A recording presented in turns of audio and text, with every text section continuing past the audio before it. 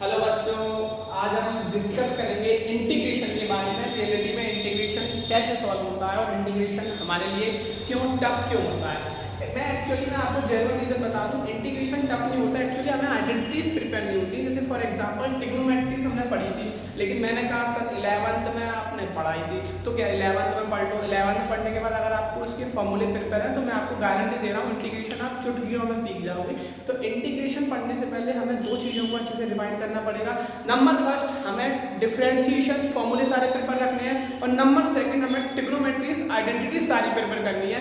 अगर मुझे ट्रिग्नोमेट्रीज आइडेंटिटी और डिफरेंशिएशन फॉर्मूले प्रिपेयर होंगे, मैं गारंटी दे रहा हूँ इंटीग्रेशन आप बहुत आसानी से सीख जाओगे। ठीक है, तो आज हम डिस्कस करेंगे कुछ इंटीग्रेशन के कुछ मैंने स्पेशल क्वेश्चन लिए जो बहुत इजी है, क्योंकि मैं बिगिनिंग करूंगा इजी से और धीरे धीरे अपना इसी के अकॉर्डिंग लेवल को बढ़ाता चलूंगा, जिससे आपको समझने में बहुत इजी लगे और आप भी उसको कंटिन्यू फॉलो करते रहे। और साथ ही साथ आप क्वेश्चन को पॉज करने के बाद, जैसे मैं बोलूंगा कि आप पॉज करके ट्राई करो, तो मे भी आप अपना 100% दूंगा, क्वेश्चन को ट्राई जरूर करो। जब नहीं आएगा तो मैं तो आपको सॉल्यूशन नहीं दूंगा, लेकिन पहले जनरली आप अपने आप को आइडेंटिफाई करो कि आप कर पा रहे हो या नहीं कर पा रहे हो।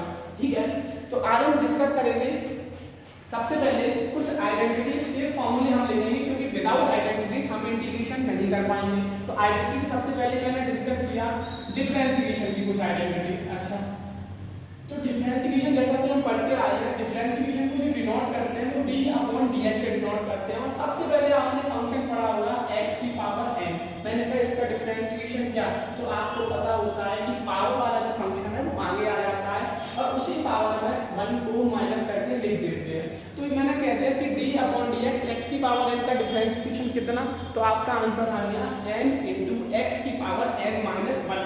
सेकंड मैंने डिफरेंशिएशन यूज किया एक्सपोनेंशियल फंक्शन का। अच्छा, एक्सपोनेंशियल फंक्शन का या डिफरेंशिएशन करें या इंटीग्रेशन करें तो उसका answer as it is same ही रहता है। तो हम बोल सकते हैं e की पावर x का जो डिफरेंशिएशन मिलेगा वो e की पावर x ही मिलेगा। थर्ड फंक्शन मैंने यूज किया d/dx लॉगरिथम फंक्शन का। लॉगरिथम फंक्शन का जो डिफरेंशिएट करते हैं तो log x का जो डिफरेंशिएशन निकल के आता है तो 1/x निकल के आ जाता है।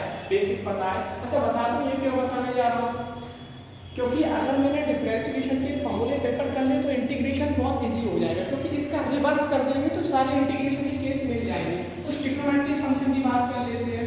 d/dx sin x, सबको पता है डिफरेंशिएशन होता है cos x। d/dx cos x सबको पता है डिफरेंशिएशन होता है माइनस ऑफ sin x। जिनको नहीं पता तो वो भी पता चल जाएगा, प्रिपेयर कर लेगा इसको। फॉर्मूले के बिना हम इंटीग्रेशन नहीं सीख पाएंगे। आपको मैं फिर से बोल दे रहा हूं, तो पहले फॉर्मूले को जरूर प्रिपेयर करना। तीसरा हमें फॉर्मूला मिला था tan x। तो tan x का डिफरेंशिएशन होता था sec square x। नेक्स्ट मैंने फॉर्मूला लिखा cot x। तो cot x का जो फॉर्मूला होता था वो minus of cos square x। Next d/dx। ठीक है, अब नेक्स्ट फॉर्मूला मिला हमें sec x। तो sec x का जो डिफरेंशिएशन होता था वो sec x dot tan x होता था, और अगला ट्रिग्नोमेट्रिक फंक्शन हमें मिला cos x।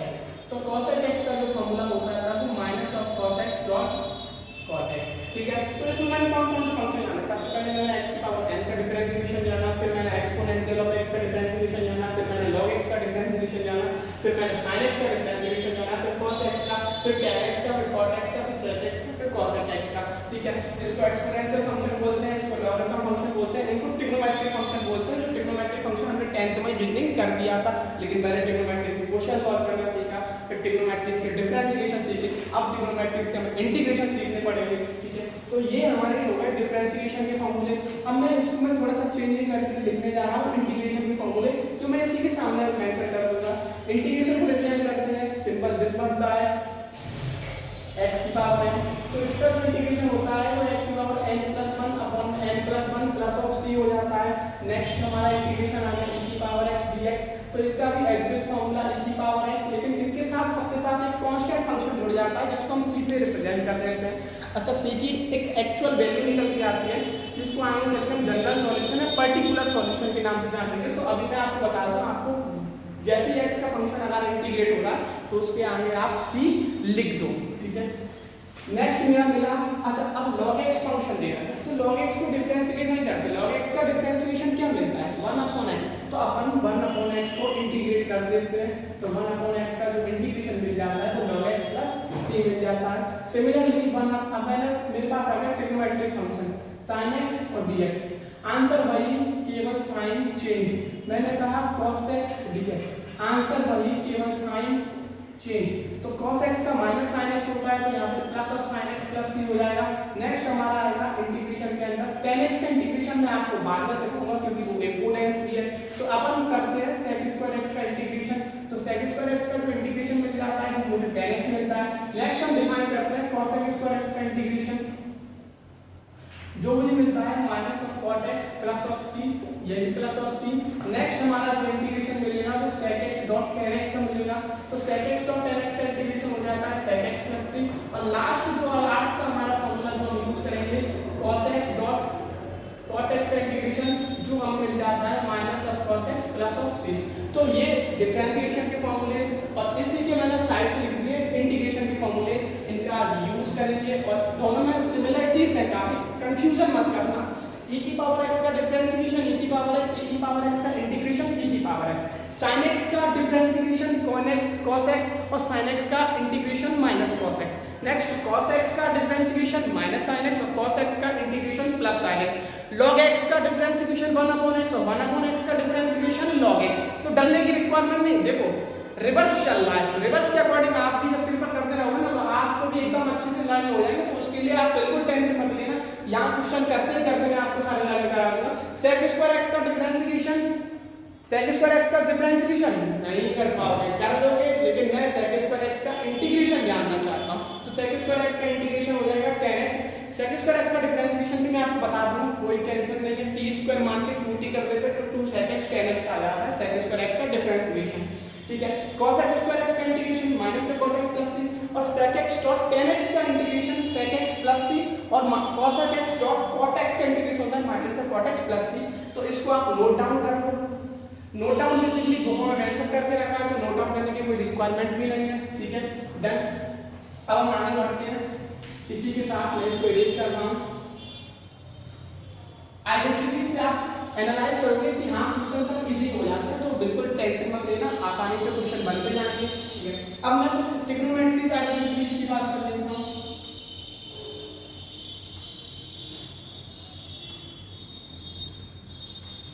ट्रिग्नोमेट्रिक आइडेंटिटीज की रिक्वायरमेंट बहुत पड़ेगी क्योंकि इसमें कुछ क्वेश्चन भी मैंने आपके सामने एनालाइज किए, cos x का दिया है, sin x का दिया है, cos 2x दिया है।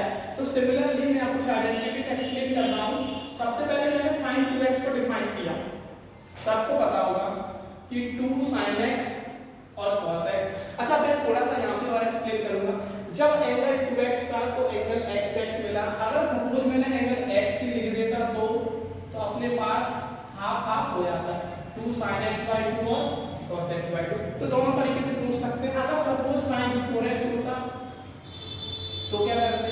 तो देखो, जब 2x था तब सिंगल x था, जब x था तो x/2 था, अब 4x आ गया तो सेम थ्योरी sin 2x और cos 2x। सपोज अगर sin 8x आ जाता तो ये भी सेम थ्योरी sin 4x और cos 4x। तो नोटिस करोगे आप कि जब 8x था तो 4x, जब 4x था तो 2x, जब x था तो x/2 और जब 2x था तो x और x। तो देखो, एक फॉर्मूले से 4 फॉर्मूले हमारे प्रिपेयर हो गए, तो कोई टेंशन लेने की रिक्वायरमेंट नहीं, सारे फॉर्मूले इजी हैं, बस आप बनाना सीख जाओ। नेक्स्ट हमारी जो आइडेंटिटी हम डिस्कस करेंगे आज cos 2x। सबसे इंपॉर्टेंट आइडेंटिटी है और कई तरीके से इसको लिखा जाता है। तो सबसे पहले जो इसकी जेन्युइन आइडेंटिटी होती है वो 2 cos स्क्वायर x माइनस 1, ये cos के टर्म में लिखा। मैंने कहा सर इसको sin के टर्म में बता दो, तो sin के टर्म में लिखने के लिए 1 माइनस 2 sin स्क्वायर x लिख देते हैं। मैंने कहा इसको tan के टर्म में लिख दो, tan के टर्म में लिखेंगे तो 1 minus tan square x upon में 1 प्लस tan स्क्वायर x लिख जाएगा। अच्छा, एक आइडेंटिटी और है जो cos और sin दोनों को रिलेट कर देता है, cos स्क्वायर x माइनस का sin स्क्वायर x, ये cos की आइडेंटिटी बनी। अच्छा, जैसे सिमिलरली sin 2x के लिए लिखा था ये, तो cos को भी हाफ एंगल में अपन ब्रेक कर सकते हैं। मैंने कहा cos x की आइडेंटिटी लिख दो हाफ एंगल में, तो ये हम लिख सकते हैं cos स्क्वायर x/2 माइनस 1।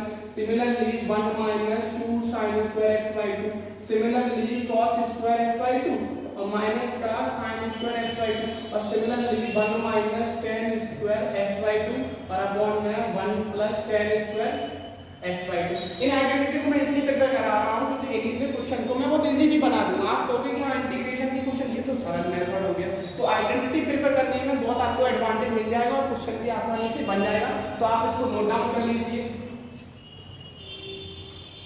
ठीक है, नोट डाउन पॉज करके कर लीजिए और मैं इसको कर रहा हूँ पेज। और अब मैं स्टार्ट करूंगा आपका इंटीग्रेशन का क्वेश्चन नंबर फर्स्ट और बहुत इजी मेथड जनरल क्वेश्चन होता है, कुछ दिमाग ही नहीं लगाना पड़ता, बेसिक क्वेश्चन है, आसानी से निकल आते हैं। जैसे मैं सबसे पहले इंटीग्रेट करूंगा, एक अलग से क्वेश्चन ले रहा हूं x * dx, मैंने कहा इसका इंटीग्रेशन क्या होगा। तो आपको एनालाइज करना है कि x की पावर कितनी, x की पावर 1। हमने फॉर्मूला लिखा था कि x की पावर n अगर dx के साथ लिखा है तो उसका इंटीग्रेशन होता है x की पावर n + 1 अपॉन में n + 1 प्लस ऑफ c। तो सिमिलरली हम यहाँ पे ये बोल सकते हैं कि, तो अब मैंने कहा इसका इंटीग्रेट कर दो, तो इंटीग्रेट बहुत इजी है, ठीक है, x की पावर 1 + 1 अपॉन में 1 + 1 प्लस ऑफ c। तो आंसर मिला x की पावर 2/2 प्लस ऑफ c। तो व्हेन x की पावर 1 देन x की पावर 2 इज कम्स। नेक्स्ट हमने लिखा x की पावर 2 dx, हमने कहा इसको इंटीग्रेट कर दो, क्वेश्चन नंबर फर्स्ट आ गया आपका, x की पावर 2 dx को इंटीग्रेट करना है, पावर दे दूंगा x की कितनी है 2, फार्मूला क्या है x की पावर n dx, तो लगा दो x की पावर 2 + 1 अपॉन में 2 + 1, ठीक है, और प्लस ऑफ c, सॉल्व करके लिखा तो x की पावर 3/3 प्लस c। सिमिलरली सारे क्वेश्चन इस तरीके के वेट बन जाएंगे। लेकिन अगर कहा मैंने x की पावर -4 dx, नो टेंशन, बिल्कुल इजी, फॉर्मेट वही -4 + 1 -4 + 1, सॉल्व करके लिख दो x की पावर -3/3 प्लस ऑफ c। तो नो रिक्वायरमेंट। अच्छा मैंने कहा 1/x की पावर 2 dx, अच्छा बच्चे कहते हैं सर 1/x² का तो इंटीग्रेशन है, मैंने ध्यान नहीं रखना, तो सब कुछ सामने ही लिखा है, बस पहचानना है। 1/x² इंटीग्रेट नहीं होगा, लेकिन हम इसको इंटीग्रेट करने के लिए क्या करेंगे, हम इसको ऊपर लेके आ गए। किसी भी नंबर को अगर मैं डिनोमिनेटर से न्यूमरेटर में लेके जाऊंगा तो उसकी जो पावर होती है वो नेगेटिव में कन्वर्ट हो जाती है। फॉर एग्जांपल x की पावर 2 लिखा था, ऊपर लेके पहुंचे x की पावर -2 dx हो गया। अब आप इसको आसानी से इंटीग्रेट कर दोगे, चेक कर लो, am I right? तो चेक किया -2 + 1 अपॉन -2 + 1, तो इसको सॉल्व किया तो x की power -1 upon -1 plus of c। तो कोई डाउट नहीं होना चाहिए, बहुत इजी क्वेश्चन है। सिमिलरली इस फॉर्मेट के कितने भी क्वेश्चन आपके सामने आए हैं, एक क्वेश्चन और ले लिया x की पावर 8 dx, इसको सॉल्व कर दो। तो बता दिया था, मैंने कहा था कि x की पावर को ऊपर ले जाओ, तो x की पावर -8 dx, फॉर्मूला लगा दो, x की पावर -8 + 1 और -8 + 1 प्लस ऑफ c, मत भूलना x की पावर -7 और -7 प्लस ऑफ c। तो क्लियर? तो ये बिल्कुल सिंपल सा फॉर्मेट था।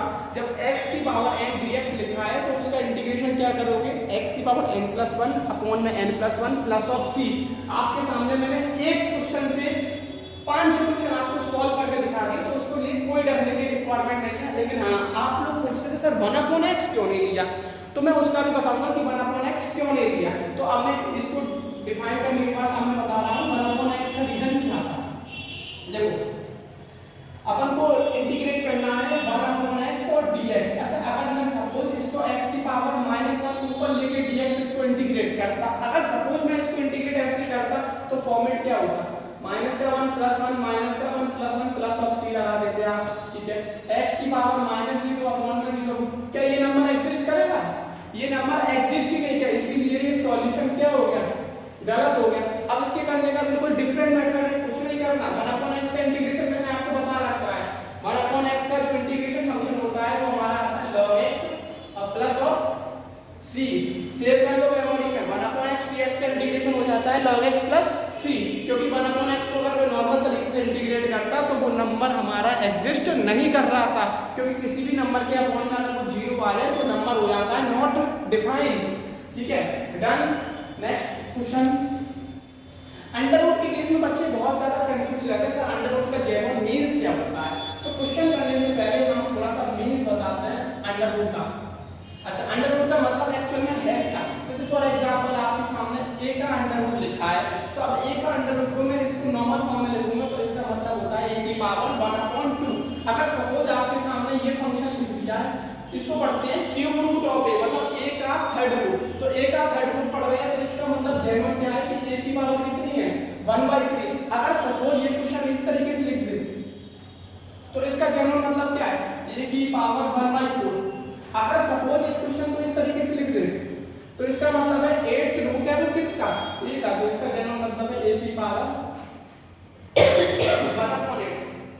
सिमिलरली बहुत सारे हम केस इस तरीके से बना सकते हैं, तो कोई टेंशन की रिक्वायरमेंट नहीं है, बस आपको ये देखना है जो 9 है, 8 है, 3 है, 2 है, वो अंडर रूट के अंदर लिखा है। इस तरीके से लिखा है तो क्वेश्चन अलग है, और इस तरीके से लिखा है तो इसका मतलब और इन दोनों का मतलब अलग अलग है। इसको आप अच्छे से फोकस करना, तभी आपको क्वेश्चन में क्लियर होगा, नहीं अदरवाइज एरर मत कर देना। तो अंडर रूट का मतलब a की पावर 1/2, a का थर्ड रूट है तो a की पावर 1/3, a का 8th रूट है तो a की पावर 1/8, a का फोर्थ रूट है तो a की 1/4, a का 9th रूट है तो a की पावर 1/9। ठीक है, इनको नोट डाउन कर लेना और समझ लेना। ठीक है, अब मैं इसका क्वेश्चन उठा रहा हूं आपके सामने, एक सिंपल सा क्वेश्चन है, अंडर रूट x और dx। ठीक है, अच्छा अंडर रूट x dx को इंटीग्रेट करेंगे, अभी बता दिया था। अंडर रूट x का जनरल मतलब क्या लिखा हुआ है, x की पावर 1/2, तो मैंने लिख दिया इसको x की पावर 1/2 और dx। मैंने कहा इसका इंटीग्रेट कर दो, तो अब तो मैं आपको करवा ही सकता हूँ, आप खुद से भी कर सकते हैं। 1/2 + 1 और 1/2 + 1, तो इसको सॉल्व कर दिया, ऊपर 3/2 नीचे 3/2 प्लस ऑफ c। कंसीडर कर लो क्वेश्चन को, 2 है, 2 सबसे ऊपर चला गया, 2 x की power 3/2 upon 3 plus of c। हो गया क्वेश्चन, बहुत इजी, बिल्कुल सरल। ठीक है, नेक्स्ट, तो अंडर रूट x का मतलब सॉल्व है, इंपॉर्टेंट क्वेश्चन है अंडर रूट x का, ये क्वेश्चन आपको सॉल्व करने के लिए आ ही जाता है एग्जाम में। नेक्स्ट क्वेश्चन हमने लिया है आपके सामने 1/x की पावर 3/2 और dx। अब x की पावर 3/2 dx आ गया, सर इसका इंटीग्रेट कैसे करें, तो ढकने की रिक्वायरमेंट नहीं है, x की पावर 3/2 लिखा है, इंटीग्रेट ऐसे तो नहीं कर पाओगे, पावर उठाओ ऊपर ले जाओ, पावर कैसे कर दोगे, नेगेटिव कर दोगे ऐसे, तो इसको लिख सकते हैं x की पावर माइनस का 3/2 और dx। अब इसको इंटीग्रेट करना है, तो x की पावर माइनस का 3/2 + 1 अपॉन में माइनस का 3/2 + 1, अब प्लस ऑफ c ऐड कर दो, इसको सॉल्व करोगे तो इसके नीचे 1 एलसीएम आ गया 2, माइनस का 3 प्लस का 2, तो माइनस का 1/2 और अपॉन में माइनस का 1/2 प्लस ऑफ c, 2 चला गया ऊपर, तो इसका जेन्युइन आंसर मिल गया 2 + 3। अच्छा आंसर शीट पर अच्छी तरह सर ये आंसर नहीं लिखा है, तो आंसर शीट वाले थोड़े से घुमा देते हैं, कुछ नहीं करते, इसको लेके आए और नीचे x की पावर 1/2 + 3, तो आंसर मिल गया 2/3, और इसको लिख सकते हैं under root x plus of c। तो डरने की रिक्वायरमेंट नहीं है, बिल्कुल इजी क्वेश्चन हो गया। नेक्स्ट, ठीक है, आप वीडियो को पॉज करके आराम से पहले खुद से सॉल्व कर सकते हैं, फिर आंसर भी मिला सकते हैं, तो आपको कंफर्म हो जाएगा कि आपका आंसर सही है या क्वेश्चन आपका आंसर एरर है। ठीक है, तो नेक्स्ट क्वेश्चन हमारे सामने लिखा है 1/√x dx। सेम कॉन्सेप्ट है, यहाँ पे लिखा था x log 3/2, यहाँ पे लिखा है √x, तो मतलब भाई सॉल्व करने का तरीका देख लो आप, √x है तो इसका मतलब क्या लिखा है, x की पावर 1/2 dx, 1/2 dx का डिफरेंशिएट होता नहीं, इंटीग्रेट होता नहीं, सॉरी इसको ऊपर ले गए, x की पावर माइनस का 1/2 dx।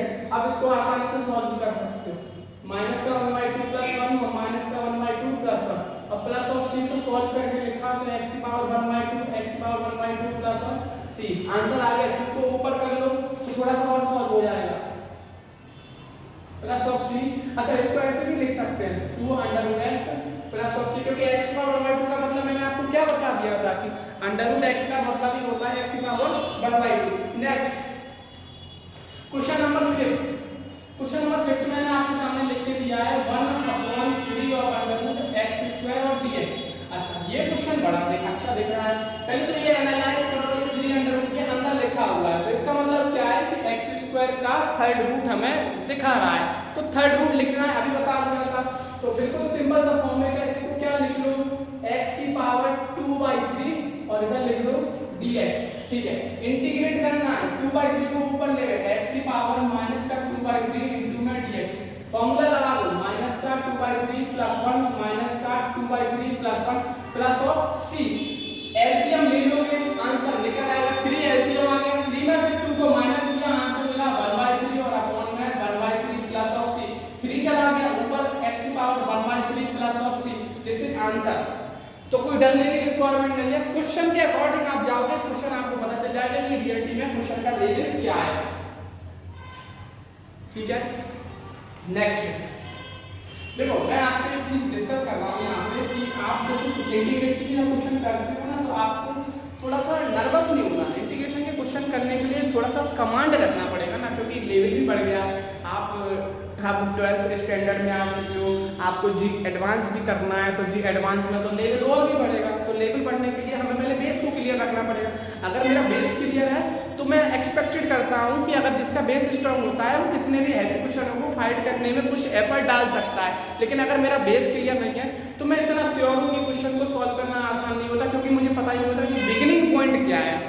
जैसे फॉर एग्जाम्पल, अगर आपको ये नहीं पता, आपको अपने घर से कहीं जाना है, ठीक है, और आपको रास्ता ही नहीं पता, तो फिर आपके लिए डाउट होगा ना, फिर आप गूगल मैप का यूज़ करोगे तब जाओगे। अगर आपको रास्ता पता है ना तो मे भी आप जल्दी पहुंच जाओगे बिना किसी मैप के रिक्वायरमेंट के, ठीक है।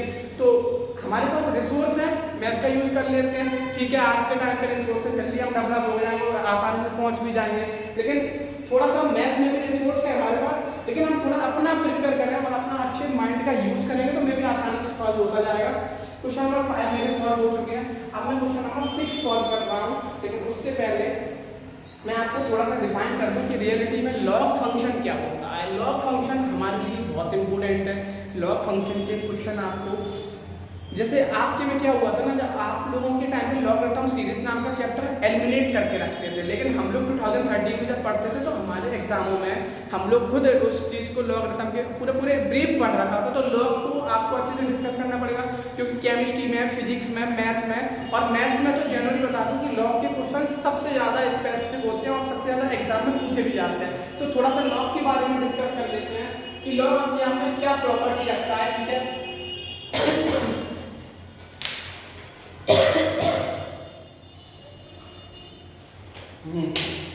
हेलो बच्चों, ठीक है। अच्छा, तो लॉग को डिस्कस करने के लिए सबसे पहले मैं लॉग की प्रॉपर्टी लिखूंगा, लॉग m इनटू, चलो ठीक है, पहले थोड़ा सा डिफाइन करता हूँ log e to the base e। तो इसका जनरल मीन्स लिखा है कि लॉग e और अपॉन में लॉग e। तो इसको अपन पढ़ते हैं log e to the base e, यहाँ पे लॉग का बेस भी e है और लॉग का फंक्शन भी e है। तो इसको अपन इस तरीके से डिफाइन कर सकते हैं, और लॉग e से लॉग e कैंसिल हो जाता है तो आंसर मिल जाता है 1। तो पहली प्रॉपर्टी हमें clear, log e to the base e दे रहा है तो उसका वैल्यू 1। अच्छा, सिमिलरली अगर आपको लॉग 10 टू द बेस 10 दे रहा है तो उसकी भी value 1। Log 2 to the base 2 दे रहा है तो उसकी value 1। Log 3 to the base 3 दे रहा है तो उसकी वैल्यू भी 1। तो आप समझ रहे होंगे, अगर सेम बेस पे सेम फंक्शन है तो उसकी लॉगरिथम के अंदर वैल्यू क्या हो जाती है, 1। तो ठीक है, क्लियर। नेक्स्ट प्रॉपर्टी देखेंगे हम लॉग की। अगर सपोज ये फंक्शन इस तरीके से डिफाइन कर दे, ठीक है, अब यहाँ पे बेस अलग है और फंक्शन भी अलग है, तो कुछ नहीं करना, अपन को प्रॉपर्टी यूज कर देना, लॉग m अपॉन में लॉग n, ये तो कैंसिल आउट होंगे नहीं। डन। अगर सपोज इसको इस तरीके से लिख दें log 2 टू द बेस 3, तो इसको अपन कैसे एक्सपेंड करेंगे, log 2 और अपॉन में log 3। तो क्लियर हो गया कि log की रियलिटी में log e to the base e की वैल्यू 1 क्यों हुई, क्योंकि log के अंदर log e to the base e को अपन नोट डाउन कर सकते हैं, log e upon log e, log e same function हुए, दोनों को कैंसिल आउट किया, आंसर मिल गया 1। सिमिलरली अगर सेम बेस पे सेम फंक्शन लिखा है तो उसकी वैल्यू क्या लिखोगे, 1 लिखोगे, ठीक है। नेक्स्ट प्रॉपर्टी हम आपके सामने दे रहे हैं, ठीक है, लॉग की, कि log m to the base n, जो मैंने अभी नोट डाउन किया था, इसको लिख सकते हैं log n और अपॉन में log m। ये सेकंड प्रॉपर्टी है, ठीक है। और थर्ड प्रॉपर्टी सबसे इंपॉर्टेंट log, अच्छा ये बहुत कंफ्यूजन कर रही थी बच्चों कि सर ये और ये डिफरेंस क्या है, तो डिफरेंस बता दें, ये n, ये इसका बेस है n, लेकिन यहाँ पे ये पूरा फंक्शन ये क्या दे रहा है m, लेकिन इसका बेस रहता है a। तो log इसको क्या करता है, log m कर देगा और अपॉन में log n कर देगा, e टू द बेस और e टू द बेस दोनों में आ जाएगा। देखो इससे फर्क नहीं पड़ेगा, आंसर वही है, चेक कर सकते हो, log m अपॉन में log e, log n upon में log e, log e से log e कैंसिल आउट हुआ, log m upon log n आ गया। डन। नेक्स्ट प्रॉपर्टी हमारी आती है मल्टीप्लाई की, इसी के अंदर log m, और मैंने मल्टीप्लाई की लगा दी log m इनटू n। तो मल्टीप्लाई में जो log फंक्शन होता है वो प्लस में कन्वर्ट कर जाता है, तो log m इनटू n को हम लिख सकते हैं log m plus log n। Similarly next property हमारी सबसे इंपॉर्टेंट होती है log a to the power x, चलो x हटा दो, m लिख लो, a to the power m लिखा। तो log का फंक्शन कहता है कि अगर किसी भी फंक्शन की पावर है तो पावर को उठा के आगे कर दो, तो इसको लिख सकते हैं log m log a। ये लॉग की बहुत अच्छी प्रॉपर्टी है और इसका बहुत यूज भी होगा इन क्वेश्चनों में, ठीक है। ये लॉग की जनरल प्रॉपर्टी है, इसको आप नोट डाउन कर लीजिए और फिर इन्हीं के साथ हम लॉग के कुछ क्वेश्चन को भी डिस्कस करेंगे और बहुत इजी बना देंगे आपके लिए, ठीक है।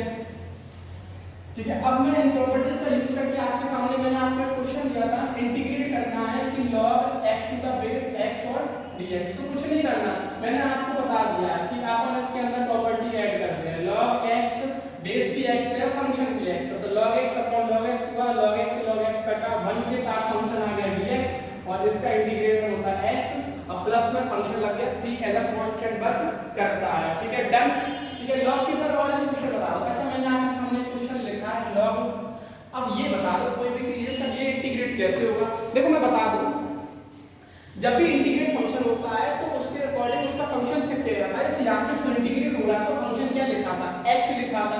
अभी आपने जितने भी फंक्शन इंटीग्रेट किए तो सारे उनके खुद के फंक्शन लिखे हुए थे, लेकिन यहाँ पे आप नोटिस करो फंक्शन क्या है, log 2, लेकिन log 2 एज अ फंक्शन है, log 2 एज अ कांस्टेंट पर करता है। फंक्शन हमारा dx के रिस्पेक्ट में हो रहा है, तो जितने भी कांस्टेंट फंक्शन होते हैं सारे बाहर आ जाते हैं, तो अंदर कितना बचा dx। अच्छा, dx का इंटीग्रेट सर आपने बताया नहीं, तो dx का जब भी इंटीग्रेट करेंगे तो वो इंटीग्रेट हो जाता है x, तो x को लिख दिया आगे प्लस ऑफ c लिख दिया। कुछ एग्जांपल्स में आपको दिखा दे रहा हूं। मैंने लिखा इंटीग्रेशन के अंदर dm, तो आंसर मिला n। मैंने कहा इंटीग्रेशन के अंदर dn, आंसर मिला n। मैंने कहा इंटीग्रेशन के अंदर d, तो आंसर मिला है। तो नोटिस कर रहे हो कि जब dn था तो m आया, dn था तो n आया, d था तो e आया। तो बेसिकली जो उसका डेरिवेटिव के साथ फंक्शन लिखा हुआ है तो वही उसका इंटीग्रेशन हो जाता है। और इन सब के साथ एक कांस्टेंट फंक्शन को ऐड कर सकते हो जो कुछ अकॉर्डिंग टू यू।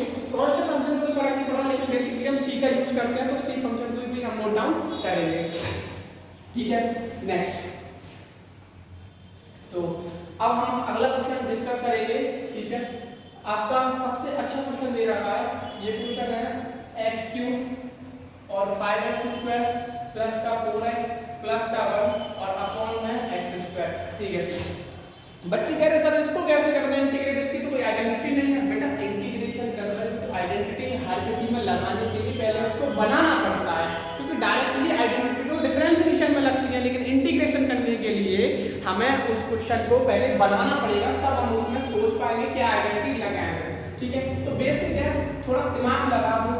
अच्छा, डिनोमिनेटर में x² लिखा है, तो मैंने कहा कि x² का सबके साथ अलग अलग करके लिख दो। x³ के साथ x² लिखा, 5x² के अपॉन में x² लिखा, 4x के अपॉन में x² लिखा और 1 के अपॉन में x² लिखा और सबके साथ है। अब कुछ कैंसिल आउट कर लेते हैं, चलो ठीक है। ये पावर 3 है, ये पावर 2 है, तो कैंसिल आउट हो गया, ये 2 ये कैंसिल आउट हो गया, ये 2 एक x छोड़ गया, उसको तो ऐसे ना। यहाँ पे फंक्शन बचा x और सबके साथ मैंने dx को अलग अलग डिफाइन कर दिया। स्टेप थोड़ा सा रिड्यूस हो जाएगा, x² से x² कटा दो तो इंटीग्रेशन के अंदर dx बचा, यहाँ पे बचा 4 और यहाँ पे बच गया 1 अपॉन x dx, और लेकिन यहाँ पे बचा dx अपॉन में x²। इतना करने के बाद अब मैं इसको इंटीग्रेट करूंगा। x अभी बताया था x पावर कितनी 1, इंटीग्रेट कर दो x² अपॉन 2, 5 अभी बताया था, इसका इंटीग्रेट x, ठीक है, 4। अच्छा, 1 अपॉन x का इंटीग्रेशन लिख के दिया है, 1 अपॉन x का इंटीग्रेशन एनीवन, ठीक है, correct answer log x plus dx upon x², इसको भी इंटीग्रेट करना है। तो x की पावर 2 को ऊपर ले जाओ तो x की पावर -2 बन गया, तो -2 बना तो -2 प्लस 1 अपॉन में -2 प्लस 1, तो मैं इसको यहाँ से इरेज कर देगा तो डायरेक्ट मुझे आंसर मिल जाएगा x की पावर -1 अपॉन में -1 प्लस ऑफ c। ये हो गया इसका इंटीग्रेट, ठीक है, डन। तो डरने की कोई रिक्वायरमेंट नहीं है। जब भी न्यूमरेटर और डिनोमिनेटर का केस मिलेगा और न्यूमरेटर में नंबर ऑफ वेरिएबल ज्यादा दे रखी है, डिनोमिनेटर में एक फंक्शन दे रखा है, तो आपको टारगेट बनाने चलना है कि मैं हर न्यूमरेटर के साथ डिनोमिनेटर के फंक्शन को अलग अलग करके सेपरेट कर लूं। सेपरेट करने के बाद हम उसको जो फंक्शन कट हो रहे हैं उनको मैं कट कर दूं या कैंसिल कर दूं, कैंसिल करने के बाद मैं उस फंक्शन को इंटीग्रेट आसानी से कर लूंगा, ठीक है। नेक्स्ट क्वेश्चन मेरे सामने आ रहा है, ट्रिग्नोमेट्री के क्वेश्चन आ गए। ट्रिग्नोमेट्री की मैंने आपको आइडेंटिटीज लिख के दी थी, तो इंटीग्रेशन का लेवल चल रहा है, ये लेवल फर्स्ट चल रहा है आपका, बहुत बेसिक लेवल है, तो इसमें तो आपको एक से हाई प्रोफाइल के क्वेश्चन भी कर रहा हूं मैं आज, ठीक है। अच्छा, 1 upon 1 plus cos x dx, मैंने कहा इसका इंटीग्रेट कर दो। मैंने कहा था आपसे तरीके हैं बहुत सारे हैं, दो मेथड में आपको बता दूंगा। तो पहला मेथड मैं आपको कराता हूँ बहुत सिंपल वाला, ठीक है। नोटिस करो 1 लिखा है यहाँ पे आपने क्या लिखा है 1। मैंने अभी आपको cos x की आइडेंटिटी लिख के दी थी, एक बार मैं फिर से रिवाइज करा दे रहा। सबसे पहले मेरी cos x की जो आइडेंटिटी लिखी थी मैंने कहा था cos के टर्म में, तो आपने बोला था 2 cos square x by 2 minus 1, क्योंकि हाफ एंगल की बात हो रही है। यहाँ पे फंक्शन एक x है तो एंगल में जाएगा x बाई 2। मैंने कहा दूसरी आइडेंटिटी, तो आपने बोला था 1 minus 2 sine square x by 2। Done, इन्हीं का यूज करते हैं, ठीक है। 1 मेरा पॉजिटिव फंक्शन है, 1 को मुझे ब्रेक करना है, तो 1 को मुझे कैसे लेकर आना पड़ेगा, नेगेटिव वाला 1 लेके आना पड़ेगा। तो यहाँ पे तो 1 ही लगा दिया, यहाँ पे मैंने आइडेंटिटी ऐड कर दी 2 cos square x by 2 minus और 1 आ गया, ठीक है। क्लियर? अच्छा, इस 1 से 1 को कैंसिल आउट किया, आगे आ गया dx, ठीक है। बचा कितना 1 अपॉन में कितना 2 और यहाँ पे मिला cos square x by 2 dx, ठीक है। इक्वल का साइन लगा दिया, 1 अपॉन 2 को मैंने बाहर किया। अच्छा, 1 upon cos square x by 2 नहीं पता है, ट्रिग्नोमेट्री पढ़ी थी, sec स्क्वायर x बाई 2 और dx आ गया। अच्छा सर इसको कैसे करें, तो मैंने आपको बताया था sec स्क्वायर x का इंटीग्रेशन कितना 10x, लेकिन यहाँ पे sec स्क्वायर फंक्शन क्या है, x नहीं लिखा है, फंक्शन क्या लिखा है x बाई 2। तो अब x बाई 2 के लिए केस बदला। अब समझो केस क्या है, पहले तो sec स्क्वायर x को इंटीग्रेट करो, 1 बाई 2 कैसे लिखा, sec स्क्वायर x का इंटीग्रेट 10 और आगे जो फंक्शन लिखा है वही लिख दिया x बाई 2। अब मेरा फंक्शन बचा हुआ है x बाई 2। अब वैसे तो आगे चलते हैं पढ़ेंगे इसको सब्स्टिट्यूट मेथड से करते हैं, लेकिन यहाँ पे आपको डायरेक्टली बता रहे हैं। देखो अगर x बाई 2 लिखा है तो x बाई 2 का डिफरेंशिएशन मन में कर लो, x का डिफरेंशिएशन 1 और 2 एज इट इज रहेगा, तो डिफरेंशिएशन x बाई 2 का हो गया 1 बाई 2। तो 1 बाई 2 को उठाओ और इसमें कर दो डिवाइड, ठीक है। डिवाइड करके प्लस ऑफ c लगा दो, तो नोटिस करोगे इस 2 से 2 कैंसिल आउट हो गया, 2 से 2 कैंसिल आउट हो गया, तो आंसर मिला 10x by 2 plus of c। देखो ये तो इसका कर दिया मैंने फर्स्ट मेथड, इसको एक मेथड से और कर दूंगा तो और क्लियर हो जाएगा आपका, ठीक है। इसका सेकंड मेथड जानते हैं, इसको नोट डाउन कर लेना आप लोग वीडियो को पॉज करके। और इसका सेकंड मेथड हम करेंगे बहुत अच्छा, जो आपने 9th क्लास में पढ़ा, सॉरी 10th में पढ़ा होगा, जब ट्रिग्नोमेट्री की 10th में एक ही एक्सरसाइज रहती है 8.4 8.5 समथिंग एक्सरसाइज होगी, आप चेक कर लेना। तो इसमें मैंने कर दिया रेस्टाइजेशन। अच्छा रेस्टाइजेशन पता है फंक्शन पॉजिटिव है तो सेम फंक्शन लिख देते हैं, लिख देते हैं साइन को रिवर्स करा देते हैं, साइन रिवर्स कराया 1 का मल्टीप्लाई 1 माइनस cos x मिल गया, एज इट इज मिला, ठीक है। नीचे नोट डाउन कर लो 1 प्लस cos x लिखा है और 1 माइनस cos x लिखा है, तो हमें कुछ दिख रहा है a प्लस b और a minus b। a plus b और a माइनस b की आइडेंटिटी होती है a square minus of b square. तो ऑब्जर्व कीजिए 1 का square minus of cos x का होल स्क्वायर, ठीक है। ये तो ऐसे लिखा 1 माइनस cos x, ठीक है। 1 का स्क्वायर तो 1 ही रहेगा, cos स्क्वायर x का हो जाएगा cos स्क्वायर x और इनटू में dx, ठीक है। नोट डाउन करना है इसको 1 माइनस cos x। अच्छा 1 माइनस cos स्क्वायर x की आइडेंटिटी सबको पता होनी चाहिए। ट्रिग्नोमेट्री की 3 आइडेंटिटी बिगनिंग में ही बताई, sin square x plus cos square x equal में 1, sec square x minus tan square x equal to 1, cosec square x minus cot square x equal to 1, ठीक है। तो 1 माइनस cos x और 1 minus cos square x को हम लिख सकते हैं sin स्क्वायर x इनटू में dx। अच्छा अभी आपको बताया था न्यूमरेटर आ गया, डिनोमिनेटर सिंगल टर्म है, तो पहला काम अलग अलग करके लिख दो 1 minus sin square x dx और अलग से लिखा तो cos x और अपॉन में sin square x dx। Note करो ट्रिग्नोमेट्री का 1 अपॉन sin स्क्वायर x को अपन क्या लिखते हैं cos x square x dx और cos x upon sin square x आ गया। सर ये तो लफड़े में डाल दिया, लफड़े में नहीं डाला, यही तो दिमाग चाहिए तुम्हारा, कि दिमाग जिनका अच्छा क्वेश्चन तो बना देंगे 1 मिनट में, ठीक है। देखो फॉर्मूला बन गया, थोड़ा सोचना पड़ेगा, cos x के अपॉन में sin x लिखा इनटू में 1 अपॉन sin x लिखा, देखो चेक करो फंक्शन इक्वल है, sin x को sin x का मल्टीप्लाई करोगे sin स्क्वायर x ही आ जाएगा, ठीक है। अभी इसको इंटीग्रेट नहीं कर रहा, दोनों को साथ ही करेंगे अपन, ठीक है। cos x upon sin x का मतलब क्या होता है cot x और 1 अपॉन sin x का मतलब क्या होता है cosec x। देखो आपको मैंने नोट डाउन कराया था शुरुआत में फॉर्मूला, cosec स्क्वायर का इंटीग्रेशन होता है माइनस ऑफ cot x और cot x into cosec x का होता है माइनस ऑफ cos x और प्लस ऑफ c। ये इसका इंटीग्रेशन हो गया, चेक कर लो आंसर क्लियर, डन। ये सेकंड मेथड मैंने इसका आपको करके दिया। फिर से एक बार डिफाइन कर दे रहा 1 प्लस cos x था, मैंने इसको रेशनलाइजेशन किया, रेशनलाइजेशन करने के बाद 1 का एब्सोल्यूट मल्टीप्लाई किया। 1 प्लस cos x और 1 माइनस cos x की आइडेंटिटी होती है 1 minus cos square x। 1 minus cos square x को हम लिख सकते हैं sin स्क्वायर x, ठीक है। तो फिर मैंने क्या किया, न्यूमरेटर के साथ दोनों फंक्शनों को अलग-अलग डिफाइन किया। 1 अपॉन sin स्क्वायर x लिखा, cos x upon sin square x लिखा। तो 1 अपॉन sin स्क्वायर x को मैंने लिख दिया cos x स्क्वायर x, और cos x upon sin x और 1 अपॉन sin x को मैंने अलग-अलग लिखा। उसके बाद दोनों की मैंने आइडेंटिटी ऐड करा दी। ये थोड़ा सा स्टैंडर्ड आपने नोटिस किया होगा, सब स्टैंडर्ड बढ़ रहा है। हाँ, तो ऑब्वियस है इंटीग्रेशन करोगे तो स्टैंडर्ड तो बढ़ेगा, और एक नहीं थोड़ा बहुत ज़्यादा स्टैंडर्ड बढ़ जाएगा। अभी आप देखना, लेकिन हाँ प्रैक्टिस जितनी अच्छी, क्वेश्चन नंबर ज़्यादा लगा लोगे तो ऑब्वियस है आपके क्वेश्चनों के आंसर निकालना तो आपको आ जाएगा। बस थोड़ा सा कमांड करके चलना फॉर्मूले पे, फिर वही कह रहा हूँ, और उससे आपको क्वेश्चन बहुत आसानी से कर भी सकते हो। जैसे क्वेश्चन नंबर 8 हमने दिया है 1 प्लस sin x और dx। अच्छा, अब इसका तो मेरे पास sin x की तो ऐसी कोई आइडेंटिटी है नहीं जिससे मैं 1 को ब्रेक कर दूँ। हाँ, मेरे पास तो है, मैं तो कर सकता हूँ, लेकिन मैं आपको कुछ डिफरेंट करके दूंगा, बिल्कुल इजी, ठीक है। आप क्या करो, 1 अपॉन 1 प्लस sin x लिखो, आप फिर से इसको रेशनलाइजेशन कर दो 1 माइनस sin x और अपॉन में 1 माइनस sin x, ठीक है।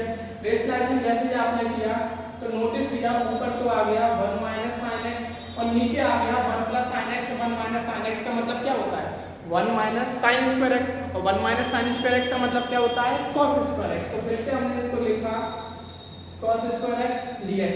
अच्छा, इतना करने के बाद मैंने आपको बता दिया था क्या करना है, अलग अलग सेपरेट लिखना है। तो 1 upon cos square x dx लिखा और sin x upon cos square x dx लिखा। 1 अपॉन cos स्क्वायर x को आप लिख सकते हो sec स्क्वायर x dx। अब इसको भी सेम मेथड अप्लाई करेंगे जो लास्ट क्वेश्चन में अपन ने अप्लाई किया था। sin x upon cos x को अपन लिखते हैं tan x, और 1 अपॉन cos x को लिखते हैं अपन sec x, और इनटू में लिखते हैं dx। तो sec स्क्वायर x का जब इंटीग्रेशन करते हैं तो आंसर मिलता है tan x minus tan x, और sec x को जब इंटीग्रेट करते हैं तो आंसर मिलता है sec x और प्लस ऑफ c। चेक कर लो, आंसर बढ़िया सन्नी सरल हो गया रेशनलाइजेशन करके। इसका एक मेथड और बताऊंगा, लेकिन उसको जैसे जैसे इंप्रूव होगा आप अपन उस क्वेश्चन को उसी तरीके से समझेंगे। लेकिन ये देखना, जब 1 प्लस cos x था फिर रेशनलाइजेशन किया, 1 प्लस sin x था तो फिर से रेशनलाइजेशन कर दिया, सेम प्रोसेस था, आंसर भी पता चल गया दोनों का, ठीक है। अब हम करेंगे नेक्स्ट क्वेश्चन, क्वेश्चन नंबर 9। ये अच्छा क्वेश्चन है, बहुत इजी भी है, ठीक है। आइडेंटिटीज फिर से बोल रहा हूँ, तैयार रखो, जंग लड़ने के लिए जा रहे हो तलवार रखो तैयार। तलवार अगर आपके पास तैयार है तो आप जंग जीत जाओगे, अगर आपके पास तलवार तैयार नहीं है तो आप जंग को आसानी से नहीं जीत पाओगे। तो यहाँ पे तलवार का वर्क कौन कर रहा है, हमारे फॉर्मूले। जितने हमारे पास फॉर्मूले प्रिपेयर उतने ही हम नंबर ऑफ क्वेश्चन आसानी से सॉल्व कर देंगे। देखो क्वेश्चन फिर आपके सामने आ गया, कितना इजी, 1 प्लस cos 2x, वैसे तो करना बहुत टफ है, लेकिन अगर आइडेंटिटी याद है तो आसानी से कर सकते हैं। 1 cos 2x की आइडेंटिटी ऐसी लिख दो इससे 1 कट जाए, ठीक है। सर लिख दिए, बता दो बेटा 2 cos square x minus 1 upon में 2, बिल्कुल सही, 1 से 1 कैंसिल आउट हुआ, इनटू में dx। सर हो गया, बहुत अच्छी बात है, होना भी चाहिए था। ऊपर कितना बचा, अंडर रूट के अंदर 2 cos स्क्वायर x अपॉन में लिख दिया 2। अच्छा, अब अंडर रूट का फंक्शन आ गया, ठीक है। cos स्क्वायर x का पेयर रखा है तो cos x तो अंडर रूट से बाहर निकला, अंडर रूट 2 एवरेज लिखा और अपॉन में लिख दिया 2। अब देखो बहुत इजी हो गया क्वेश्चन, इनटू में लिखा dx। तो dx फंक्शन आप नोट डाउन करते हैं ना, ठीक है। तो अंडर रूट 2 अपॉन 2 को बाहर किया, अच्छा इंटीग्रेशन के अंदर आ गया cos x और मेरा dx। अंडर रूट 2 से इसको कैंसिल आउट किया तो अंडर रूट 2 बचा, ठीक। कितना बचा, 1 upon under root 2। cos x का इंटीग्रेशन शुरुआत में बता दिया था, cos x का डिफरेंशिएशन माइनस sin x, तो cos x का इंटीग्रेशन प्लस sin x और plus sin x plus of c। Question खत्म। वैसे बहुत टफ हो जाएगा, लेकिन आइडेंटिटी तैयार है तो क्वेश्चन को करना बहुत इजी हो जाएगा। तो मैं फिर से बोल रहा हूँ cos 2x cos x sin 2x tan 2x, identity तैयार रखो। जितना आइडेंटिटी जैसे ही आपके सामने आपका शिकार मिले आप तुरंत उसको क्रॉस कर दो, क्योंकि आइडेंटिटी यहाँ पे हमारा क्या है, तोड़, और क्वेश्चन क्या है, शिकार। क्वेश्चन को ब्रेक करने के लिए पहले क्या कमांड करोगे, आइडेंटिटीज को। देखो आइडेंटिटीज लगा दी, आंसर मिल गया, ठीक है। नेक्स्ट क्वेश्चन हमारा है, ठीक है, क्वेश्चन नंबर 10। ये तो सर बड़ा खतरनाक है, और मैं कह रहा हूँ सबसे सरल क्वेश्चन तो यही है। देखो कैसे सरल है, साइन इनवर्स और आगे लिखा है cos x dx। अच्छा, ट्रिग्नोमेट्री में थोड़ा चलते हैं इनवर्स ट्रिग्नोमेट्री फंक्शन की तरफ। इनवर्स ट्रिग्नोमेट्री में हमने आइडेंटिटी क्या पढ़ी थी, साइन इनवर्स एक्स प्लस और cos inverse X is equal to pi by 2, सबको प्रिपेयर है। लेकिन यहाँ पे कुछ ऐसा ऑब्जर्व करो, देखो मैं आपको बता दूं, साइन इनवर्स का फंक्शन ऐसे लिखा है, कॉस को साइन में जाने के लिए क्या करना पड़ता था, ट्रिग्नोमेट्री याद रखो, 90 minus theta, 90 plus theta, 180 minus theta, 180 plus theta. मैंने एक बार रिवाइज करा रहा हूँ, 90 और 270 में एंगल चेंज होता है, 180 और 360 में एंगल चेंज नहीं होता। अब चेंज का मतलब क्या है, साइन का इंटरचेंज होता है कॉस में और कॉस का इंटरचेंज होता है साइन में, टेन का इंटरचेंज होता है कॉट में और कॉट का इंटरचेंज होता है टेन में, कॉसेक का इंटरचेंज होता है सेक में और सेक का इंटरचेंज होता है कॉसेक में। कब, जब 90 और 270 की कंडीशन लगी हो, ठीक है। 90 minus theta first quadrant, 90 plus theta second quadrant, 180 plus theta और 180 माइनस थीटा। तो इन्हीं के अकॉर्डिंग हम थोड़े से क्वाड्रेंट को रीड कर लेते हैं और यहाँ पे हम इस चीज को इस तरीके से नोट डाउन भी कर सकते हैं। इसको मैं ऐसे लिख सकते हैं, चेक करके देखना, देखो sine 90 minus theta, sine 90 minus theta, 90 में एंगल चेंज हो जाता है और 90 माइनस थीटा कौन सी क्वाड्रेंट में लाइज कर गया sir, 90 minus theta first quadrant में लाइज कर गया। तो फर्स्ट क्वाड्रेंट में हमारे सारे ट्रिग्नोमेट्रिक फंक्शन कैसे होते हैं, पॉजिटिव होते हैं। तो ये फंक्शन पॉजिटिव हो गया, यानी कि ये दोनों सेम थी लिखी हुई है। चेक करके देख लो reverse, sine 90 minus theta, sine 90 minus theta, फिर से बता देते हैं, इधर देख लो थोड़ा सा पेज स्टडी हो जाएगा। 90 होता था, 180 होता था, 360 सॉरी 270 होता था और 360 होता था। इस तरीके से रीड करते थे, 90 plus theta, 180 plus theta, 270 plus theta और ऊपर जाते थे तो 360 प्लस क्लॉकवाइज और एंटी क्लॉकवाइज की कंडीशन चलती थी। और इधर उल्टा जाएंगे तो 90 माइनस थीटा और 360 माइनस थीटा और 270 माइनस थीटा और इधर मिलेगा 180 माइनस थीटा। ठीक है, हमने तो इसको बेसिक सिंपल से जान रहा था। हम लोग पढ़ते थे आगरा सुकावा ट्रांसपोर्ट कंपनी, ए का मतलब ऑल पॉजिटिव, एस का मतलब साइन और साइन का उल्टा कॉस है, टी का मतलब टेन और टेन का उल्टा कॉस और सी का मतलब कॉस और कॉस का उल्टा सेक। अब इसका बेसिक मतलब क्या है, मैंने कहा 90 माइनस थीटा, तो 90 माइनस थीटा कहाँ लाइज किया, फर्स्ट क्वाड्रेंट में। फर्स्ट क्वाड्रेंट में मैंने लिखा है सब पॉजिटिव, सब पॉजिटिव मतलब साइन 90 माइनस थीटा करोगे तो आंसर क्या मिल जाएगा, cos थीटा मिल जाएगा। जेनवन में क्या होता था, जब 90 माइनस थीटा की कंडीशन होती थी तो साइन का इंटरचेंज होता है cos में और tan का इंटरचेंज होता है cot में और sec का इंटरचेंज होता है cosec में। ये थोड़ा सा मैंने आपको एक्सप्लेन कर दिया 11th क्लास का। अब इंटरचेंज आपने समझ लीजिए, कंडीशन वैलिड किसके लिए है, केवल 90 और 270 के लिए। और 180 और 360 की बात करते हैं तो उसमें कोई फंक्शन चेंज नहीं होता, केवल साइन चेंज होते हैं, वो डिपेंड करेगा क्वाड्रेंट पे। ठीक है, तो अब यहाँ पे थोड़ा सा एक्सप्लेन हो गया है, साइन 90 माइनस थीटा का मतलब क्या लिखा है, cos थीटा। अच्छा, साइन की रेंज कहाँ से कहाँ तक लाइज कर जाती है, -π/2 से +π/2। तो रेंज में आ गया फंक्शन, अगर फंक्शन रेंज में आ गया तो साइन इनवर्स का साइन के साथ फंक्शन होता है तो उसका आंसर आ जाता है केवल थीटा। ये हम बात कर रहे हैं इनवर्स ट्रिग्नोमेट्रिक फंक्शन की, अगर साइन इनवर्स के साथ साइन थीटा लिखा है तो उसका आंसर थीटा जब होता है जब थीटा की रेंज -π/2 से +π/2 गिवन होती है। ये ऑलरेडी क्वेश्चन में हमें गिवन दे रखी है, तो इसलिए इसका फंक्शन आ गया π/2 - x। फिर से हम लोग sine inverse sine theta, theta कब लिखते हैं, जब थीटा की रेंज कहां से कहां तक लाइज करती है, -π/2 से +π/2। ऐसा क्वेश्चन में हमें गिवन दे रखा है, तो साइन इनवर्स साइन π/2 - x को मैं लिख सकता हूं π/2 - x। ठीक है, इसमें क्या करोगे, π/2 के साथ dx लिख दो और -x के साथ dx लिख दो। इंटीग्रेशन का फॉर्मूला अप्लाई थ्योरम लगा दी, दोनों को अलग अलग कर दिया सेपरेट, π/2 को बाहर किया, इंटीग्रेशन के अंदर dx लिखा, x का इंटीग्रेट किया x²/2 प्लस ऑफ c लगा दिया। इसको इंटीग्रेट करेंगे तो आंसर मिला π/2 अपॉन, चेक कर लो, कोई डाउट है तो क्लियर कर लो। इतना मैंने आपको समझा दिया। एक छोटे से क्वेश्चन में मुझे कितनी सी नॉलेज को रखना पड़ेगा तब मैं इस cos x को sin में कन्वर्ट कर पाऊंगा। इसके लिए मुझे ट्रिग्नोमेट्री फिर से कह रहा हूँ सब प्रिपेयर रखना पड़ेगा। इंटीग्रेशन जब ही कर पाओगे जब मुझे ट्रिग्नोमेट्री हुआ, डिफरेंशिएशन हुआ, इन चीज़ों पे मेरी कमांड अच्छी होगी। अगर इन चीज़ों पे मेरी कमांड अच्छी नहीं होगी तो ट्रिग्नोमेट्री इंटीग्रेशन करना बहुत ज़्यादा लेवल हाई हो जाएगा। इसीलिए फिर से कह रहा हूँ, इसको रीड करने से पहले सारे फॉर्मूले को अच्छे से प्रिपेयर कर लो और क्वेश्चन को नंबर ऑफ क्वेश्चन मैं आपको बहुत कराऊंगा तो अच्छे से रिजल्ट भी हो जाएगा आपको। ठीक है, नेक्स्ट हमारा क्वेश्चन है, बहुत ब्रीफ में रहा था आपको इस क्वेश्चन को कराने के लिए। ठीक है, नेक्स्ट क्वेश्चन मेरे पास आया है, ये तो बहुत ही अच्छा क्वेश्चन था। देखो, अच्छा ट्रिग्नोमेट्री का अगर कहीं क्वेश्चन हमें दिख जाए ना तो मैं इतना समझ जाता हूँ कि भाई कुछ ना कुछ तो आइडेंटिटी का तो इसमें लोचा करना है, ठीक है। अच्छा अब देख लो कुछ फंक्शन लिखा हुआ है तुम्हारे पास, ये तो 2 cos स्क्वायर x है भाई, इसको तो हम कुछ कर नहीं पाएंगे, ठीक है। लेकिन cos 2x लिखा है, cos 2x की मैंने आपको दो आइडेंटिटी बताई थी, एक साइन के टर्म में बताई थी, एक cos के टर्म में बताई थी। cos के टर्म में अपन ने आइडेंटिटी डिफाइन की थी 2 cos स्क्वायर x माइनस 1, और साइन के टर्म में डिफाइन की थी 1 माइनस 2 sin स्क्वायर x। तो यहाँ पे जो आइडेंटिटी लगाओगे वो कौन सी लगाओगे, 2 cos स्क्वायर x पॉजिटिव है, मुझे नेगेटिव फंक्शन चाहिए, तो मैंने लिख दिया 2 cos स्क्वायर x माइनस का 1। अब माइनस 1 तो लिखा लेकिन बाहर भी माइनस है, इसके रिस्पेक्ट में माइनस माइनस क्या हो गया पॉजिटिव हो, और इधर हुआ cos स्क्वायर x और dx, 2 cos स्क्वायर x से 2 cos स्क्वायर x हो गया कैंसिल आउट। अपने पास कितना बचा 1 upon cos square x dx। अच्छा 1 अपॉन cos स्क्वायर x को अपन लिख सकते हैं sec स्क्वायर x के, और sec स्क्वायर x का इंटीग्रेशन होता है tan x plus of c। बिल्कुल इजी क्वेश्चन, बेसिक क्वेश्चन था, बहुत सरल, ठीक है। नेक्स्ट, ठीक है, नेक्स्ट क्वेश्चन नंबर हमारा 10 12 तो बड़ा खतरनाक क्वेश्चन दिख रहा है, लेकिन खतरनाक रियलिटी में है नहीं है।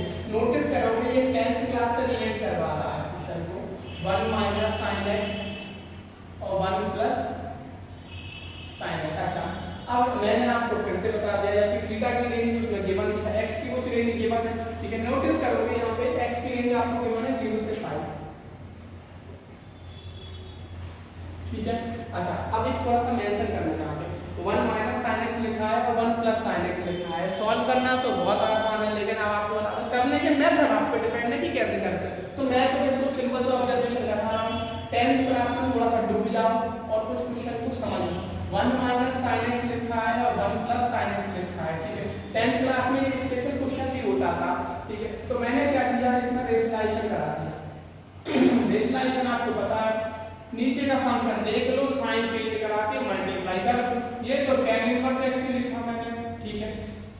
ऊपर मेरा बना 1 माइनस sin x का होल स्क्वायर, नीचे देखो फिर से आइडेंटिटी बनी a plus b a minus b, a का स्क्वायर माइनस b का स्क्वायर, तो 1 का square minus sin square x, तो आंसर मिल गया cos स्क्वायर x और इनटू में dx, ठीक है। देखो फिर से ये तो लिखा tan inverse x, tan inverse x को सॉरी tan इनवर्स और अपन ने लगा दिया अंडर रूट का फंक्शन, ठीक है। अंडर रूट का फंक्शन लगा दिया, 1 माइनस sin x का जो पेयर बन गया, डबल टाइम है तो जब भी डबल फंक्शन बन जाता है तो अंडर रूट से आ गया बाहर 1 माइनस sin x और अपॉन में कितना मिला cos x। ये हमारा बड़ा क्वेश्चन, लेकिन अभी तो सॉल्व हुआ किया, तो इसका और भी कुछ होना है, बिल्कुल होगा। अब समझो फिर से क्या करेंगे, देखो कुछ क्वेश्चन दिख गया 1 माइनस sin x अपॉन में cos x। अब बताओ क्या करें, थोड़ा सोचो, दिमाग पे जोर डालो कि मुझे इस क्वेश्चन को समझना है और सरल भी करना है, तो लगा दो दिमाग, और नहीं है तो फिर मैं बता देता हूँ क्या करना है। देखो बिल्कुल इजी करेंगे अपन, इसको तो लिखा tan इनवर्स, ठीक है। अच्छा 1 minus cos x 1 minus sin x upon cos x लिखा है, क्या मैं इंडिविजुअल दोनों को सेपरेट कर सकता हूँ, 1 अपॉन cos x और माइनस का sin x upon cos x। तो यहाँ से देखो नॉलेज, अगर मैंने इसको अलग अलग कर लिया तो इससे क्वेश्चन में कुछ फायदा मिला। अच्छा चेक करो, 1 upon cos x sin x upon cos x upon में cos x, 1 upon cos x होता है sec x और sin x upon cos x होता है tan x, और अपॉन में cos x से cos x कैंसिल आउट भी हो गया, चलो 1 बचा, लेकिन उससे कोई प्लस पॉइंट नहीं मिल रहा, तो सोचो फिर क्या करें, करो एक्सप्लेन। नहीं तो फिर मैं आपको एक सिंपल सा ऑब्जर्व करा दूंगा कि 1 minus sin x upon cos x को अपन क्या करेंगे और इसका क्वेश्चन का आंसर जनरली आसानी से मिल जाएगा, ठीक है। बताओ कोई को आंसर क्लियर है, 1 minus sin x upon cos x, तो देखो अपन क्या करेंगे, बिल्कुल सिंपल सा केस करेंगे। वैसे मैं आपको बता दूं ये सबसे अच्छा क्वेश्चन था, इस इतने सारे अपन ने क्वेश्चन लगाए हैं, ठीक है। 1 को अपन लिख सकते हैं sin square x plus of cos square x, देखो क्वेश्चन हो गया। मैंने लिखा 1 को लिखा sin स्क्वायर x बाई 2 और cos square x by 2 minus, ठीक है। तो sin x की अपन ने आइडेंटिटी क्रिएट कर दी 2 sin x बाई 2 और ये लिख दिया cos x बाई 2, और अपॉन में cos की भी आइडेंटिटी क्रिएट कर दी, तो cos की हाफ एंगल की आइडेंटिटी मैंने आपको दिखाई थी cos स्क्वायर x बाई 2 और sin square x by 2 into में dx। देखो बहुत अच्छा क्वेश्चन बन रहा है, बढ़िया इंपोर्टेंट भी हो जाते हैं, जो क्वेश्चन देखने में दिखते हैं कि हाँ कुछ यूनिक है तो क्वेश्चन इंपोर्टेंट। देखो कुछ आइडेंटिटी बनी, a का स्क्वायर प्लस b का स्क्वायर माइनस ऑफ 2a, तो ये मेरी आइडेंटिटी बनी a माइनस b का होल स्क्वायर,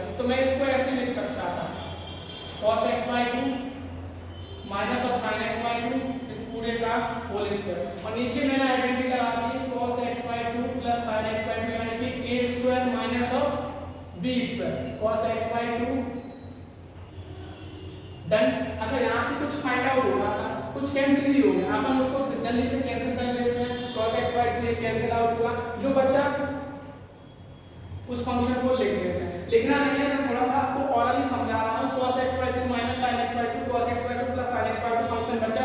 अपन ने क्या किया, इस फंक्शन में cos x/2 से डिवाइड कर दिया। cos x/2 से डिवाइड करोगे इधर बचा 1, यहाँ पे बचा sin x/2 अपॉन में cos x/2, ये मिल गया tan x/2, ठीक है, और इधर मिला 1 प्लस tan x/2। अभी भी क्वेश्चन नहीं हुआ, अभी और भी बढ़िया होगा। 1 माइनस tan x/2 मिला, 1 प्लस tan x/2 मिला। क्या किया था, cos x/2 से डिनोमिनेटर और न्यूमरेटर में अपन ने कर दिया था डिवाइड, ठीक है। थोड़ा सा मेरे पास प्लेस करना है तो मैं इस क्वेश्चन को ऊपर से इरेज करूंगा और फिर सॉल्व करूंगा, ठीक है, नोट करूंगा यहाँ पे, ठीक है। अब थोड़ा सा कॉम्प्लिकेटेड हो गया, tan इनवर्स लिखा, ठीक है, 1 माइनस tan x/2 है। सोचो क्या करें, क्या मैं इसको tan a प्लस b की आइडेंटिटी बना सकता हूं? तो मैंने लिख दिया, इसको लिखा tan π/4, इसकी वैल्यू 1 होती है, माइनस का लिखा tan x/2 अपॉन में इसको भी लिख दिया 1 प्लस tan π/4 और tan x/2 और इनटू में लिखा dx। ये मैं इरेज कर देगा, ठीक है, ठीक है। नेक्स्ट इसमें आगे बढ़ाऊंगा, ठीक है, और क्वेश्चन को खत्म करूंगा जल्दी से। tan inverse tan a minus tan b upon 1 plus tan a tan b की आइडेंटिटी सबको पता है, tan a माइनस b की आइडेंटिटी लिखी है। तो अपना क्वेश्चन देखो कितना सरल होगा, π/4 माइनस का x/2। नोटिस करो tan के साथ फंक्शन क्या आ चुका है, tan फंक्शन आ चुका है, तो फिर इंटीग्रेशन के अंदर कितना बचा, π/4 माइनस का x/2 इनटू में dx। तो π/4 के साथ इंटीग्रेशन में dx लिखा, माइनस x/2 में 1/2 बाहर किया, इंटीग्रेशन में x के साथ dx लिखा। देखो आंसर मिल रहा होगा, कुछ पहुंच गए मंजिल पे, बिल्कुल पहुंच गए। π/4 को लिखा, x dx का इंटीग्रेशन x लिखा, माइनस का 1/2 लिखा और ये लिखा x² प्लस ऑफ 6। तो सॉल्व करके आंसर मिला π/4 माइनस x और x² प्लस ऑफ 6। देखो कितना सा क्वेश्चन, कितना खतरनाक आंसर। तो आंसर तो बहुत सारा था सर, लेकिन कॉन्सेप्ट बहुत तगड़ा था। तो कॉन्सेप्ट समझने के लिए हमें इसको फिर से रिवाइज करना पड़ेगा। ट्रिग्नोमेट्रीज आइडेंटिटी सब में एप्लीकेबल हो गई और आंसर हमारा चुटकियों में निकला। लेकिन कितनी आइडेंटिटी लिखी, tan a प्लस b लग गया, tan a plus tan b minus tan a into tan b, ठीक है। देन नेक्स्ट क्वेश्चन और सबसे इंपॉर्टेंट और सबसे इजी क्वेश्चन, जिसको देखने में तो लगेगा बहुत टफ लेकिन रियलिटी में है तो बहुत इजी। जैसे मैं आपको क्वेश्चन करने से पहले कुछ एक्सप्लेन कर देता हूं। जैसे फॉर एग्जांपल मेरे पास लिखा है e की power 6 log e to the power x, ठीक है। मैंने कहा कि इस फंक्शन को मैं इस तरीके से भी डिफाइन कर सकता हूं, और अभी मैंने बताया था नंबर होता है तो उसकी पावर में चला जाता है, ठीक है। अब इस फंक्शन को अपन को लिखना है तो आंसर कितना मिला, x की पावर 6, लेकिन y मैंने कहा y, तो इसको हम डिफाइन करते हैं और थोड़ा सा एक्सप्लेन भी करते हैं कि मैंने इसको क्यों लिखा इस तरीके से, ठीक है। मैं आपको थोड़ा सा बता भी देता हूं कि इसको क्यों लिखा इस मेथड से, ठीक है, ठीक है। लेट्स से मैंने एक फंक्शन लिखा है log 6, ये अपने पास फंक्शन लिखा है। मैंने थोड़ी देर के लिए इस फंक्शन को मान लिया m। देखो log की प्रॉपर्टी अप्लाई कर दी, log, ठीक है, और सॉरी ये e कर लेना, इसको e की पावर है, तो अपन को मिल गया e की पावर 6 log, अच्छा e to the power x है, तो 6 को मैंने यहाँ से उठाया और 6 को मैंने इधर पहुंचा दिया और इधर लिख दिया है, ठीक है। अब देखो क्या करोगे, अब इसको करने के लिए हमने बोला log को दोनों तरफ ले लो। तो जैसे ही मैंने log को लिया तो इधर log e लगा और log e to the power x की पावर 6 लगा और इधर लगा log m लगा दिया, इसको log m, ठीक है। अब नोटिस करना ये log का जो फंक्शन है ये इसकी पावर बन गई, तो पावर वाले फंक्शन को कहाँ ले जाते हैं, आगे। तो इसको अपन लेके आगे log e to the power x की पावर 6 और इनटू में बचा log e और इज इक्वल टू में log m। डन। अब देखो कुछ ऑब्जर्व करना, थोड़ा सा आंसर आपको मिल जाएगा, ठीक है। ऑब्जर्व करना कि log e की वैल्यू कितनी 1 होती है, तो अपन के पास ये मिला log, और log इसको ऐसे लिख सकते हैं, तो log से log तक कन्वर्ट करा दिया तो आंसर मिल गया m is equal to x की पावर 6। डन। तो ये बिल्कुल जेन्युइन मेथड, ये इसका डायरेक्ट मेथड, तो अपन को तो डायरेक्ट सीखना है तो डायरेक्ट ही करेंगे, क्या बिना, ये तो मैंने बेसिक बता दिया, बेसिक में ये फंडा होता है, ठीक है। तो अब इस क्वेश्चन को इजीली कर सकते हैं। क्वेश्चन नंबर लास्ट 13 नंबर का क्वेश्चन है हमारा और बहुत इजी क्वेश्चन है। e to the power 6 log x minus e to the power 5 log e to the power x upon में e to the power 4 log e to the power x e to the power 3 log e to the power x into में dx। कुछ नहीं करना, direct करूंगा, 6 को ऊपर पहुंचा दो 6, 5 को ऊपर पहुंचा दो 5, 4 को पहुंचा दो 4 और 3 को पहुंचा दो 3। अब बेटा ये मत काट देना, कुछ कैंसिल आउट करने से पहले ऊपर से कुछ फंक्शन लिया कॉमन, कॉमन आ गया x की पावर 5 बचा x की पावर माइनस का 1, नीचे भी कुछ फंक्शन कॉमन आ गया, इससे ये कट गया, ये आपस में कैंसिल आउट, बचता केवल x और x के साथ dx, तो आंसर मिल गया x² 2। डन, ठीक है। इतने सारे क्वेश्चन थे, नंबर ऑफ क्वेश्चन हमारे 13 थे, तो सारे क्वेश्चन हमने डिस्कस कर लिए। अब डिस्कस हो गए तो आपको कुछ थोड़ा बहुत तो इंटीग्रेशन का बेस पता चल गया होगा कि इंटीग्रेशन कहाँ पे बिलोंग करता है, ठीक है। Done, okay, all the best, and next video के लिए आप वेट कीजिए।